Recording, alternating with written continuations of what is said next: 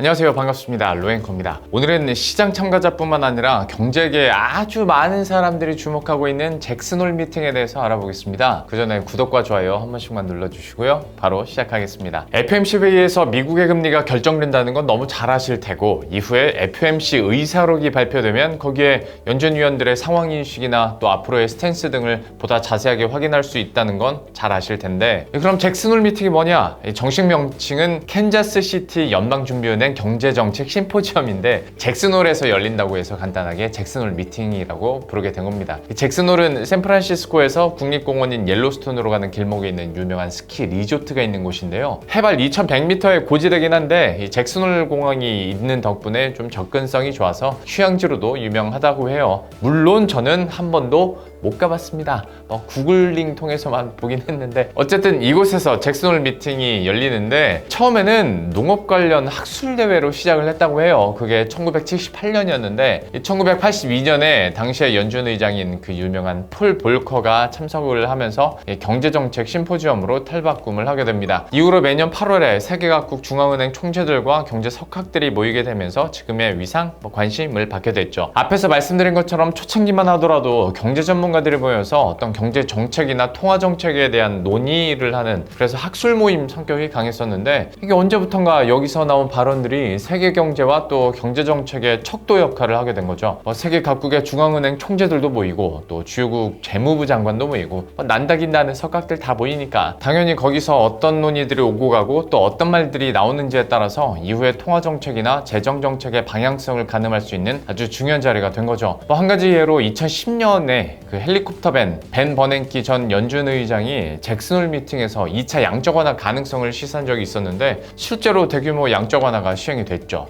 이것만 봐도 미국 연준에게서 어떻게든 힌트를 얻고자 하는 시장이 이 잭슨홀 미팅을 얼마나 관심 있게 보고 있을지 대충 감이 오시죠? 게다가 FOMC 회의가 6주에 한 번꼴로, 그러니까 1년에 8차례가 열리는데, 이러다 보니까 8월에는 대부분 FOMC가 없거든요. 그러니까 이래저래 연준의 경제 상황 인식이나 또 앞으로 통화 정책의 방향성을 가늠하는데 이 잭슨홀 미팅이 중요할 수밖에 없는 겁니다. 일단 이번 잭슨홀 미팅에서도 중요한 아젠다, 관심사 많겠죠. 근데 그 중에서도 크게 두 가지 포인트를 한번 짚어볼까 하는데요. 일단 첫 번째는 세계 각국 중앙은행들이 단기간에 큰 폭의 기준금리 인상을 단행했잖아요. 과연 이게 적절했는지, 효과가 있었는지, 그리고 고금리 정책을 계속 해야 되는지 이걸 점검을 하겠죠. 이번 미팅의 주제가 이 글로벌 경제 구조적 변화인데요. 현재 경제계에서 제일 많이 변화된 포인트 중 하나가 바로 중립금리 자체가 올랐다는 거잖아요. 그리고 장기간 동안 어떤 나름의 고금리가 계속 이어질 수 있다는 거, 이게 가장 큰 변화 아니겠어요? 지금으로서는 진짜 큰일이 벌어지지 않는 이상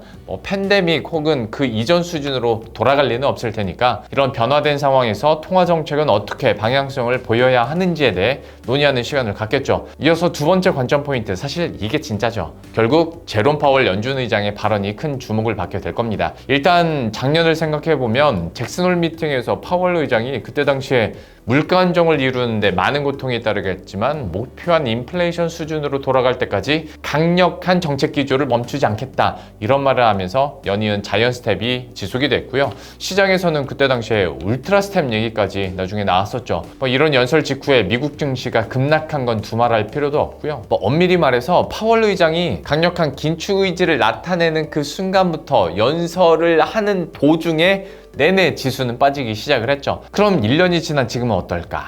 일단 최근 연준의 스탠스가 데이터를 기반으로 결정하겠다, 이런 거니까 파월 의장 역시 비슷한 맥락에서 얘기할 것 같긴 합니다. 게다가 지난주에 발표됐던 7월 FOMC 의사록만 보더라도 허용할 수 없을 정도로 높은 인플레이션을 유지하고 있다 하면서 여전히 추가 금리 인상이 가능하다는 사인을 시장에 주기도 했잖아요. 다만 파월 의장이 어떤 지금의 경제 상황을 어떻게 해석하고 있는지, 이게 또 궁금한 포인트 긴 합니다. 인플레이션은 여전히 높지만 또 상승폭은 좀 둔화된 게 사실이고요. 노동시장이나 소비 쪽으로는 미국이 여전히 강한 지표들을 발표하고 있긴 하지만, 또 개인 대출 잔액이나 부동산 문제, 더 나아가서 어떤 정부의 재무 부담까지 생각을 한다면, 물론 연준은 물가 안정을 최우선 과제로 생각하는 곳이긴 합니다만은, 그래도 어쨌거나 이런 외부 환경들까지 고려를 한다면 파월은 지금의 경제 상황을 어떻게 보고 있고, 또 앞으로 어떤 통화 정책 방향을 제시하게 될지 궁금하긴 하죠. 때문에 일각에서는 긴축 사이클의 종료를 암시하는 동시에 어떤 지금의 금리를 더 오래 유지할 필요성에 대해 이야기할 거라는 전망도 나옵니다. 그러니까 시장에서는 더 이상 금리 인상은 없겠구나, 좀 속도 조절을 하는구나, 이런 사인을 받게 되면서도 그렇다고 당장 금리를 인하할 건 아니야, 또 이런 사인을 연준 입장에서는 시장에 확실하게 줄 수 있다는 거죠. 그런데 제가 방금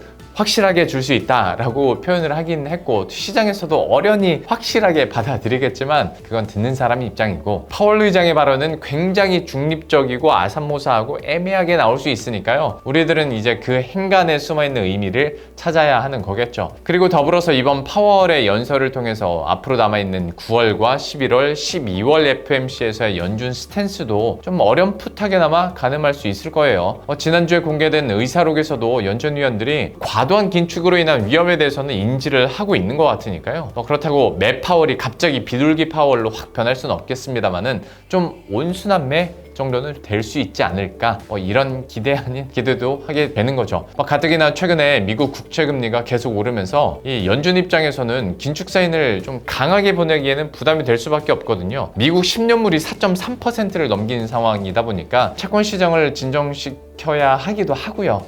여러모로 머리가 아플 수밖에 없는 연준과 제롬 파월 연준 의장이 될 수밖에 없습니다. 또 그런데 좀 초치는 얘기 같긴 합니다만, 잭슨 홀 미팅에서 그냥 좀 원론적인, 그러니까 기존의 입장을 반복하는 이야기들이 나온 경우들도 사실 많아요. 그러니까 엄청 기대하진 않는데 그래도 중요한 이벤트는 이벤트고 관전 포인트는 확실히 있으니까 오늘 이렇게 정황하게 얘기를 해봤습니다. 올해 잭슨 홀 미팅은 현지 시간으로 8월 24일부터 26일까지인데요. 파월의 연설은 2일차인 8월 25일 오전 10시 5분으로 예정이 되어 있습니다. 우리나라 시간으로 하면 26일 토요일 1시 5분 정도가 되겠죠. 새벽이라고 해야 되나? 늦은 밤이에요. 이 26일 토요일 1시 5분에 캔자스시티 여는 유튜브 채널에서 스트리밍도 해준다고 하니까요. 영어 잘하시고 관심 있으신 분들은 실시간으로 보셔도 좋을 것 같아요. 저는 그 시간에 해외 축구 보고 있을 것 같거든요. 그러니까 저는 그냥 다음날 기사로 볼게요. 도움이 되셨다면 구독과 좋아요 한 번씩만 눌러주시고요. 저는 다음 컨텐츠에서 다시 찾아뵙도록 하겠습니다. 안녕.